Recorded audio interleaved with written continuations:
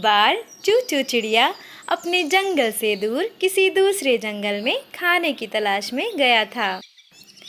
चूचू एक सेब के पेड़ पर बैठा ही था कि उसे किसी पंछी के कराहने की आवाज़ सुनाई देती है। मदद करो मेरी, कोई तो मदद करो मेरी।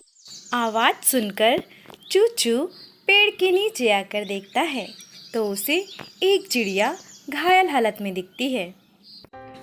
अरे, तुम्हें तो बहुत चोट लग गई है, ये सब कैसे हुआ? मुझे एक चील ने पकड़ लिया था, लेकिन जब वह इस पेड़ के ऊपर से गुजर रहा था तो मैं गलती से उसके पंजे से छूटकर गिर गई। इसलिए मैं बच तो गई, लेकिन घायल हो गई। चूचू उस चिड़िया को अपने घर ले जाता है।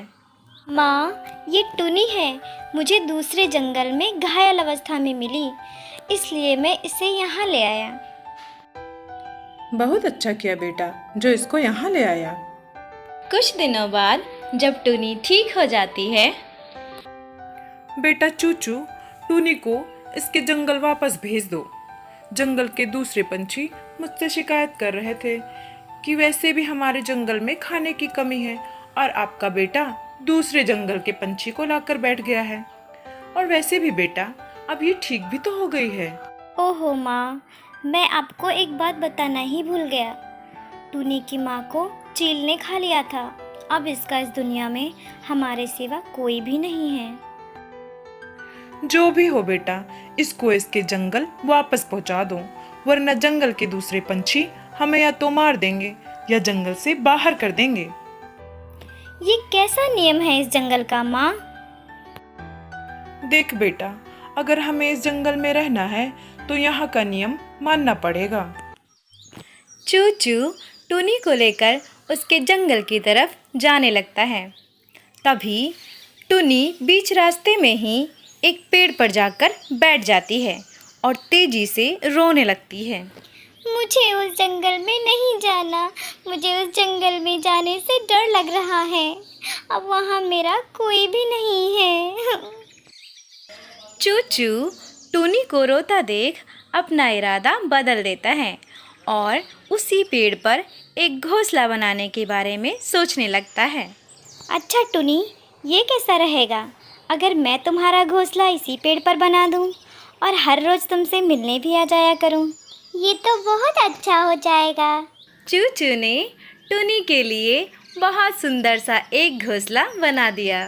अब टुनी खुशी से अपने घोंसले में रहने लगी। लेकिन जब जंगल के दूसरे पंछियों ने टुनी को अपने जंगल में रहते हुए देखा तो टुनी के घोंसले में जा पहुँचे। तुम्हारी हिम्मत कैसे हुई हमारे जंगल में रहने की? तुम अभी यहाँ से चली जाओ, वरना अंजाम अच्छा नहीं होगा। कौवा और कबूतर टुनी को धमकी देकर चले जाते हैं। जब चूचू टुनी से मिलने के लिए उसके घोंसले में जाता है, आज कालू चाचा और कबूतर चाचा मुझे धमकी देकर गए हैं कि मैं इस जंगल से चली जाऊं। अच्छा, ऐसा है तो मैं पंछियों के राजा तोते से तुम्हारे बारे में बात करके आता हूँ। तब तक तुम अपना ख्याल रखना। चूचू तोते राजा के पास जाता है और टुनी के बारे में सारी बातें बताता है।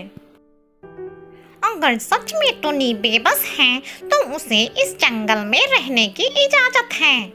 कबूतर गूंगू, जाओ और जंगल के सारे पंछियों को ये बात बता दो।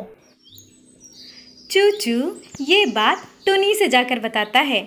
टुनी तो ऐसा खुश हुई मानो पूरी दुनिया ही उसे मिल गई और अब वह आराम से उस जंगल में रहने लगी। लेकिन कौवा और कबूतर को ये बात कुछ सही नहीं लगी। ये तोता राजा तो बिल्कुल पागल है। अगर ये ऐसे ही रहमदिली दिखाता रहा तो हमारे जंगल में खाने की कमी हो जाएगी। अब तो कुछ समझ नहीं आ रहा है कि क्या करें और कैसे इस टुनी को जंगल से बाहर निकालें। मैंने कुछ सोचा है, चलो मेरे साथ। कौवा कबूतर के साथ एक सांप के पास जाता है। मैं तुम्हें तुम्हारा शिकार दे दूंगा बस तुम अपने किसी सांप को उस घोंसले में भेज दो और उसमें रहने वाले दोनों पंछियों को डसने के लिए बोल दो। काम हो जाएगा। कौवा और कबूतर वहाँ से चले जाते हैं। फिर दूसरे दिन चलो दोनों को मरा हुआ देखते हैं। दोनों को मरा हुआ देखकर बहुत खुशी मिलेगी। कौवा और कबूतर टुनी के घोंसले में जाते हैं। लेकिन टुनी और चूचू तो एक दिन पहले ही अपनी माँ से मिलने के लिए चले गए थे। लगता है कि दोनों मर गए थे और किसी बड़े पंछी ने उन्हें अपना खाना बना लिया है। हाँ दोस्त, तुम सही कह रहे हो। अब ये सुंदर सा घोंसला हमारा हुआ। कौवा और कबूतर टुनी के घोंसले में आराम करने लगते हैं और तभी अरे बाप रे, मुझे तो सांप ने काट लिया। ओ, मुझे भी सांप ने काट लिया। कबूतर और कौवा सांप के काटने से वहीं पर मर जाते हैं। तो दोस्तों, किसी के भी साथ बुरा करने की साजिश नहीं करनी चाहिए।